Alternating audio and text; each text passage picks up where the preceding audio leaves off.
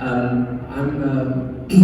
run a company called Visco. We're a kind of a hybrid organization. We supply both big box retailers, some with the furniture, and we also have a direct-to-consumer channel as well. And I'm going to be making a presentation today on kind of some of the things in a mastermind format, so basically sharing what we're doing right now, what's working and what's not working. So, thank you for having me today.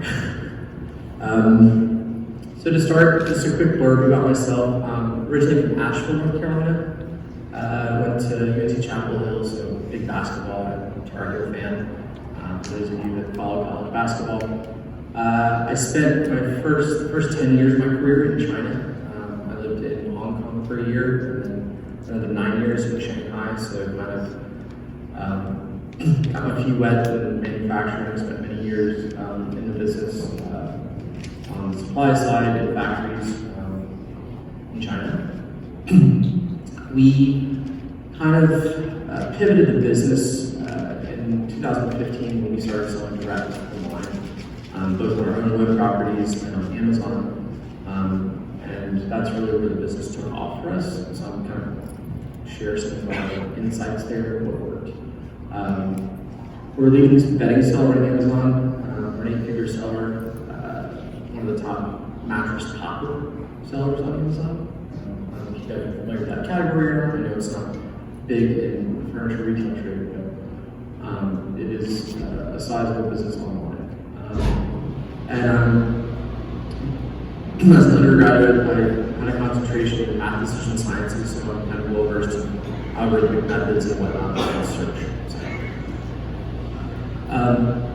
So I want to start this presentation out with some fun facts and challenges around the space. So mattress and furniture stores spend up to 10% of their revenues on advertising efforts. And as of 2018, most of that was on traditional advertising. So whether it was newspaper, whether it was TV, radio, billboards, etc. I think that is changing, that mix. I'm sure my data is not totally updated for 2019. I'm assuming that's going down because the importance of digital, but that just gives you kind of an understanding of where the opportunity is, basically. And then less than 3% of traditional retailers, brick and mortar retailers, have the resources in-house capable of managing basically what's going on from paid search, SEO, social, etc. So that's kind of an interesting fact. Even, you might be surprised, quite larger brands that have many dozens of stores and hundreds of millions of revenue. And one thing that I'm also going to touch on is I'm going to explain some of the stuff that we're doing with customers right now. Specifically one main regional chain that we're working with that's working out. But I also want to give you some information if you are looking at possibly hiring agencies, because we as a company have a lot of experience working with agencies, and it's sometimes difficult. You can get to where things are misaligned, and it's very challenging sometimes. And yeah, so some macro data. In spite of what you might be hearing out there, this is actually an interesting picture because brick and mortar is still growing over the last 10 years. In spite of thousands and thousands of store closures, the average growth rate is just north of 3%. And this is for brick and mortar only. So this kind of, we got this from Business Insider Intelligence, subscription that we have. So kind of some interesting insight there that is not necessarily always out there. E-commerce has equally experienced a lot of robust growth. Part of that is because the portion of the pie was much, much smaller. Obviously it's grown a lot, but an interesting trend you can kind of see is e-com kind of slowing down here compared to previous years. So kind of starting to feel more resistance within the e-com space. And obviously within we're in the mattress and bedding space, and so that's a very, very overheated space. So I want to kind of share those insights with you guys. And here are the 4 main topics we're going to be covering today. And I'm going to stop because I'd like to not just sit here and talk, I'd like to kind of generate some engagement. I'm going to stop after each one of these topics. and open up for questions so we can kind of break up the presentation. Yeah, it's not so academic. How to defend your store's brand on Google. So this is kind of due diligence in your marketplace specifically. Google search, their algorithm has been updated to really favor local search.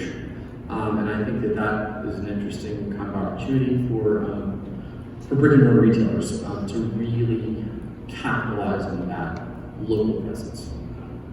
Split testing can be such a game changer. I'm going to share some stuff in our business that has worked.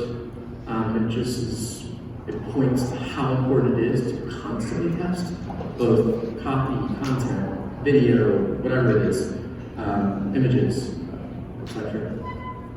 If you guys are currently working with vendor partners who are helping to drive traffic into stores, not just through traditional television or whatever, but through kind of more comprehensive campaigns digitally, and kind of what to look for. And then if you do want to grow alone, or if you kind of have selected vendors who don't have those capabilities, what to look for in an agency. I've made so many blunders with agencies that I kind of like to share some that hopefully you guys don't. So these are the 4 main topics I'll be covering today. Starting with Google, obviously called the portal leader. So as a retailer, it's your first chance to make an impression. Again, so when someone queries a mattress store near me or a furniture store near me, what comes up? It's the social proof, the stars, everything else that's kind of associated with your store and how it pops up on Google is going to be your first chance to earn the customer's eyeballs. According to a study that Furniture stated, 80% of in-store purchases are now influenced by digital interaction at some point. And our estimate is that is just going to continue to rise. It's not going to make it up to 95% within the coming years, from what we can tell. Again, playing into the favoritism that Google shows for local search, like I touched on, and then the relatively small expense of kind of defending your brand. So a lot of people today are saying, okay, I don't want to spend a penny on Google, what does it do for me, et cetera, et cetera. Most of the studies that we found, whether it's a brand, a manufacturer, or a retailer, when someone queries into Google and says, I want to go see Brian, it's the bedroom store, is that right? Bedroom store, right? The bedroom store. I want to search for the bedroom store.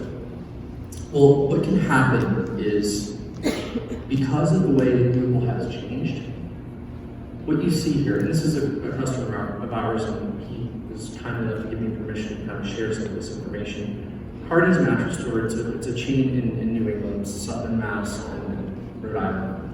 And what happens is Google and Amazon and Facebook as well, they're just crowding out the space for SEO. So basically, there's more and more paid positions, and there are fewer and fewer organic positions. And what's happening is, like, let's say we're to Google the bedroom store, or the bedroom store mattress, right, for example. Well, Nectar and Casper and whoever else might be broad matching into that term, and they might be pushing you all the way down. So it's like someone's going to have to do 2 scrolls for them to even see, even though it's a branded search, right? So what we're finding is that the necessity to kind of defend some of that brand, some of the positions on Google is important, and it's relatively cheap if it's branded. If it's not branded, it will be expensive. Is that also based on proximity, though? If somebody does a mile of his store, will his store come up, or will he be pushed off based on it? So it depends on the nature of the query itself. So if you add the variant, so if it's mattress, or if the mattress or furniture is in it, then that would kind of depend. But yes, geography does play into it as well. The IP address does play into the results as well. So again, and this will depend on the nature of the auction.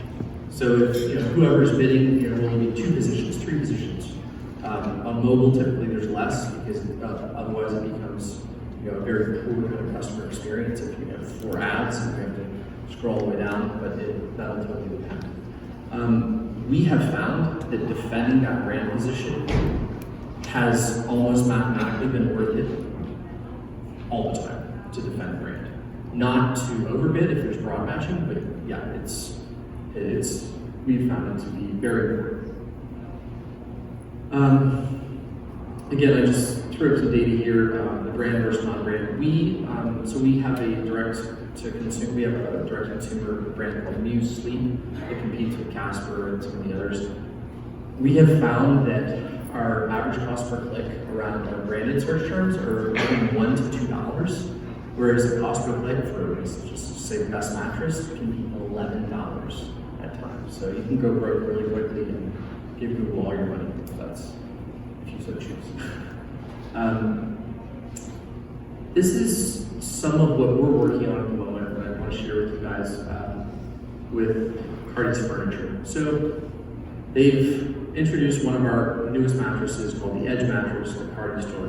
Because they don't have an in-house team that does paid search, and we're kind of deploying our own in-house team for their benefit and bidding on keywords within their marketplace, right? So some of what we've got here is the Cardi's mattress. This happens to be, and then so here, I guess this is an ad we're bidding, and we're building a custom landing page for them and kind of pulling that traffic in to try to then pixel people and then send them into Cardi stores with no intent of actually trying to sell that customer at all on that landing page. Okay, this is kind of some of the stuff we're working on. Another important thing is these star ratings. The propensity for someone to click through a star rating is between 3 to 4x when it doesn't have a star. Okay, so that's, again, really, really important to have those stars uploaded into the landing page. These are just the steps that, and what will happen is, because all of this is driven by machine learning, is the cost of putting these ads up keeps going down because people keep clicking on it. And so Google's algorithms say, hey, this makes a lot of sense. People want to see this, they want to click on it, and the cost of CPCs continue to be driven down. And then you can see here, as Macy's, Best Mattress Online, so there's some other people bidding, IKEA, so the solutions are, some of it is obviously with, if a brand that you're working with, whether it's a case goods, manufacturer, upholstery, bedding, whatever it is, if they have that capability in-house and they deploy it for the retailer's benefit, that's one solution. The second is to hire the capability in-house. Typically, I know Brian has these capabilities in-house.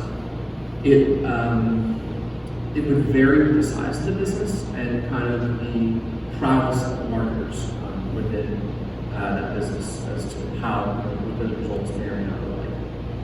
If you can scale those salaries up. And then the other thing is, have an agency. So lots of digital agencies that run paid search would kind of set that up for you. And I can give you some more information about that a little later.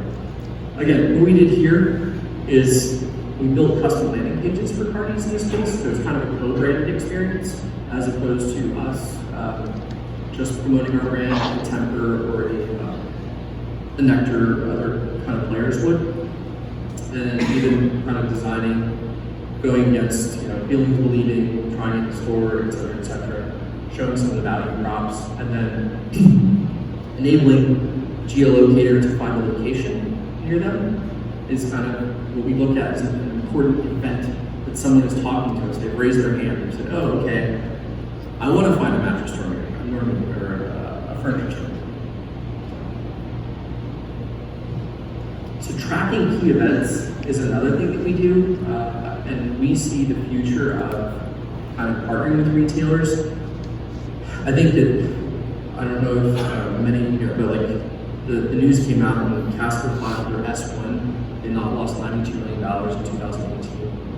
And that's really made it very, very challenging for direct-to-consumer online mattress space for anyone to make money, because it's just flooded with $1 billion of venture capital over the last 5 years, and so the health, what would be naturally kind of a healthy landscape, is just totally out of window. This is why a lot of rational exuberance when it comes to what's going on right now, and so we see kind of the ability, and we see kind of the online sales swelling at the moment. So I think that that's going to be an indicator that in the mattress space, and I don't know about the furniture space as well, only speaking of the mattress space, that we may see that number plateau eventually, as opposed to other goods that may get up to 35-40% of total demand online, that we may never get there in mattresses. So it's kind of interesting. What we do is tracking and reporting on key events. So when we build these landing pages, the key event for us is finding a location near me or the customer enters a zip code. So those are really important things. They said, oh, okay, like, let me go find this store near me. And then the other thing that we do is we track phone calls. So if we have a phone call on that page, we can see through Google that we actually sent that phone call to the retailer's customer service number or whatever the number is that they prefer. And then we typically share the information monthly with parties in this case about how many phone calls were less than 30 seconds, 30 to 60 seconds, and then more than 60 seconds to kind of judge the quality of those phone calls, similar to comments. How are the calls tracked? They're tracked through Google. Yeah. It's called Google Event Tracking. It's an analytics, you can kind of find it. And then the last parts are basically direct feedback from stores. When someone says, hey, how did you get in here? This is what I did. I want to see this brand. And obviously coupons or deals where someone's able to kind of get a coupon or say, I found this deal, you know, can I get a free pillow or whatever it is that the promotion is. So this is some data. I don't know if you guys can see it. This is what we've done on that landing page that I just showed everyone over the first 21 days of January. So call inquiries to 67 phone calls, 36 of which were more than 60 seconds. And then these are the different area codes where the calls are originating from that we can kind of see. Again, another event for performance data, zip code input, 106 people input their zip codes, and 50 people use the enable my geolocator on my phone. And then you know that thing that sort of pops up on Google Maps or whatever it is when you fire it up sometimes. So do you want to enable the geolocator? You say yes or no. Same thing here. And then we drove around 3,959 web page visits for that specific landing page. And so I learned about the cities, but this is Providence, Boston, and a number of other kind of surrounding cities in the Southern Mass, Rhode Island area. And I believe that we spent somewhere in the neighborhood of $3,500, $3,200, $3,500 to drive this much traffic. So not very much money compared to the amount of activity we drove. Yes? Was that still for the same store? Like $3,500 just for that one store? Like $3,500 was for 6 big box locations. Oh, okay. I'm sorry, I should have been explicit. Yeah, and then when you correlating it to the overall sales, like, do you have any like metrics there? So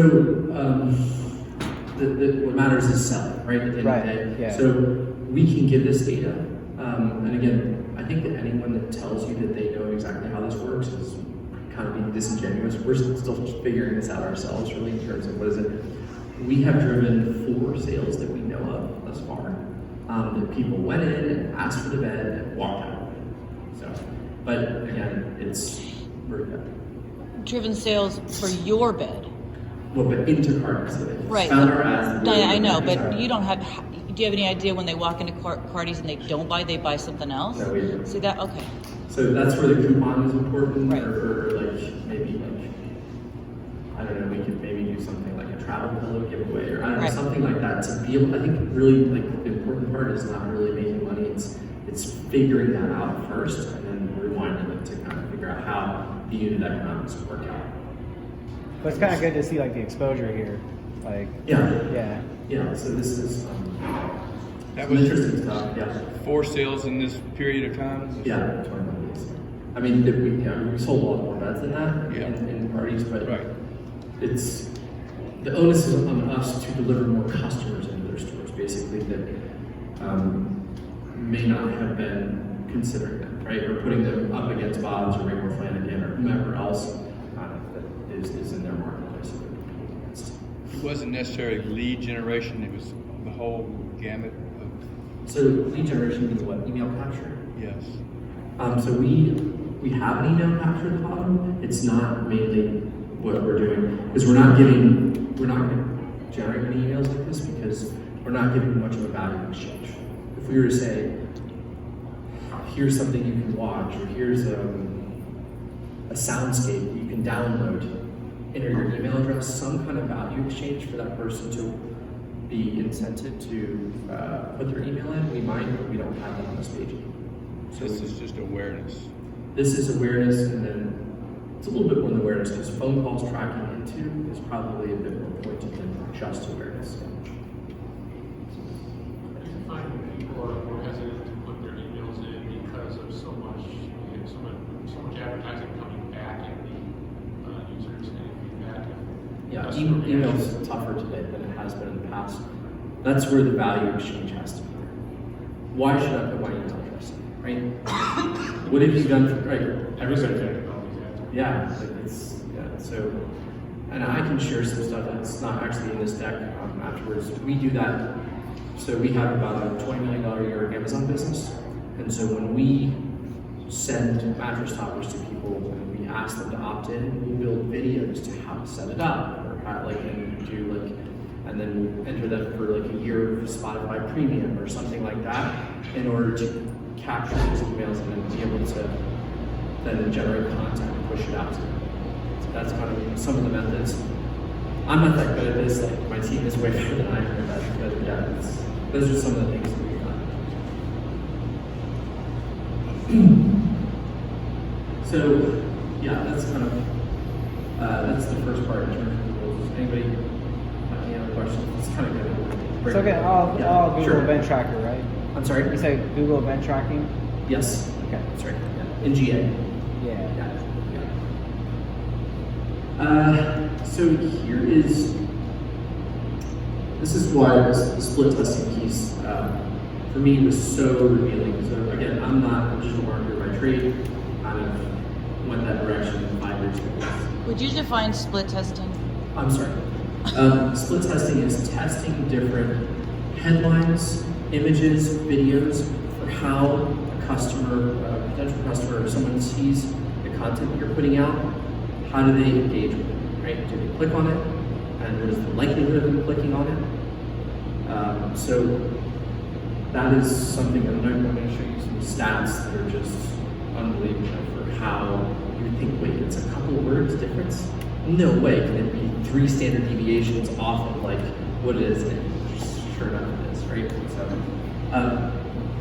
the incrementality, so like really thinking about like, because these tech platforms are so driven, they're so automated, kind of thinking around incrementality of the next customer and how you do it can be so exponential, even within a specific geographic marketplace. It's amazing. And then another thing that, and this is not something that we've done, the local social causes that you're able to put on like a Google store and kind of speak to will also help with relevancy and click-through rate and kind of pushing yourself up organically by kind of mentioning those things and having people engage with it. So this is some split testing that we did for parties across a number of campaigns. So again, some of this is just changing words. Some of it's headline 1, headline 2, headline 3. So are we talking about the brand first? Are we talking about the actual product? Are we talking about the service, interest-free financing? Are we talking about same-day delivery? What is it that we're testing that's going to resonate with customers most? And this is for text ads. So we did a ton of different combinations to try to figure out which one resonated the most, had the highest click-through rates, and then drove our cost of earning that click down with Google. Because Google's like, if I show it, this is a better customer experience. Sure, I'll let you bid cheaper. Got it. We did this. This was the difference. We had one sample that performed 36% better on a cost per click basis. Just with that. 36. And the difference was only messaging. And then the assumptions, intended click, relatively equal. The budgets and all the ad groups were same.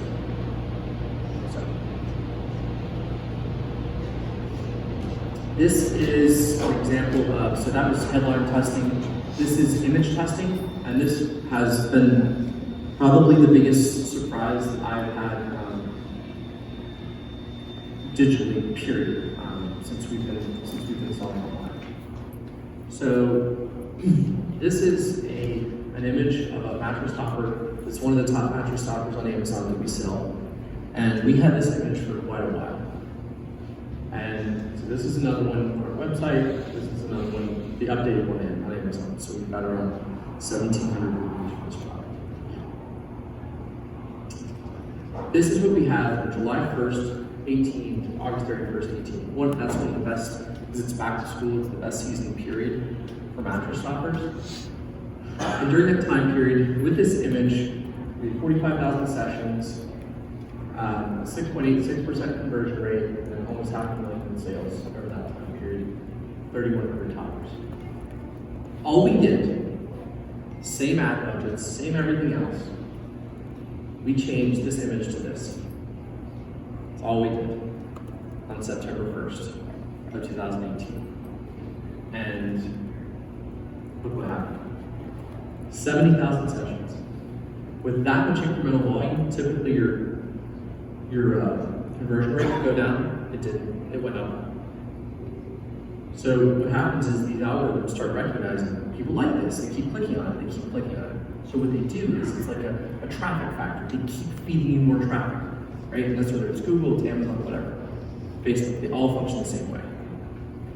And obviously, sales exploded in this product in that period of time. Wow. That I've never seen. Again, the assumptions here, no change in advertising budget.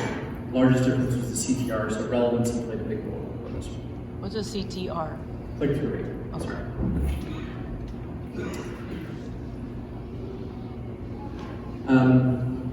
So any questions on that, this split testing? That's awesome. Well, so you're doing this, if you're a store or you're a manufacturer helping a store, Yep. I mean, Brian, you have someone inside your company that does this, and I'm sure that a lot of people do, right? But I mean, this is like big stuff, isn't it? Sorry. Well, so what do you do this in your store? You're paying attention to all of this and you're figuring out. Talk about the split testing. Yeah. Image change, yeah. Yeah, Absolutely. okay. You gotta do that on your website. And so you've got staff that's on them all the time. We do have staff. So that definitely helps, but yeah, your website, your content, your imagery, if you're gonna be selling on Amazon, Seller Central, Vendor Central, all that stuff, that's all about it. If you don't have a good image, or if it's not working, change it. Right. So What I have else is doing So I have a question in the room. Is most everyone in the room that's got it? But are you doing that? Okay. That's no. That's what I'm just wondering. Okay. But in this case, sorry. So, with those images, how would you pick, which ones you were going to use? Did you know that this one was one side over the other? No. I didn't know at all. They didn't know. Our creative director's like, why don't we try this? I'm like, can we even tell what it is? And he's like, just try it. And so what happens is there's something called Splitly. You can integrate with Amazon, and it switches the image out every 24 hours automatically until you have a large enough sample size, and then it picks the winner based on profit drivers. That's called Splitly. Splitly, yeah. So that's an Amazon tool that allows you to test images, prices, all sorts of stuff. Yeah. Split testing is the same as A/B testing? Yes, same thing. You got it. Same. Just and again, like if it's a store, it could be maybe a child on the bed and a mattress that really resonates with people and gets them in the store, and gets them excited, or whatever else it is. It doesn't have to be just product. It can be anything. I mean, just make them click on it. Okay. That's,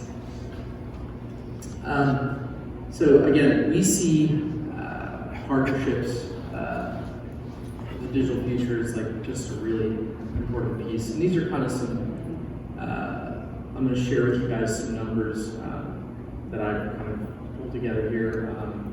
But I think that the ability, without becoming an expert, I think just the ability to kind of figure out the basics. What do I need for my store? What do I need for my business to kind of just know enough? I mean, Brian seems to have really delved into it more, but I mean, don't even need to go that deep just to understand the due diligence necessary to kind of be present online. The willingness to share the pie. So I know there's lots of, there are blurred lines now when it comes to wholesale and manufacturers and retail, etc. And kind of the willingness of partners to share in the pie. And I can attest to the fact that part of the reason that you've been to Box today, like basically very few people who have any kind of scale are making any money. And the reason Purple makes money is because they sell 800 mattress firms. So it shows, it really is revealing that it's very challenging because the cost to acquire a customer is just so unbelievably expensive today in the mattress box space. So there is enough value, and I'm going to kind of go into why, especially on returns, why brick and mortar retailers actually have an advantage when it comes to some of this. The economic model, same thing, sufficient margin over market. And I'm going to finish up with some customized pages that we've done. Again, similar to what I touched on earlier, but I'll show you the desktop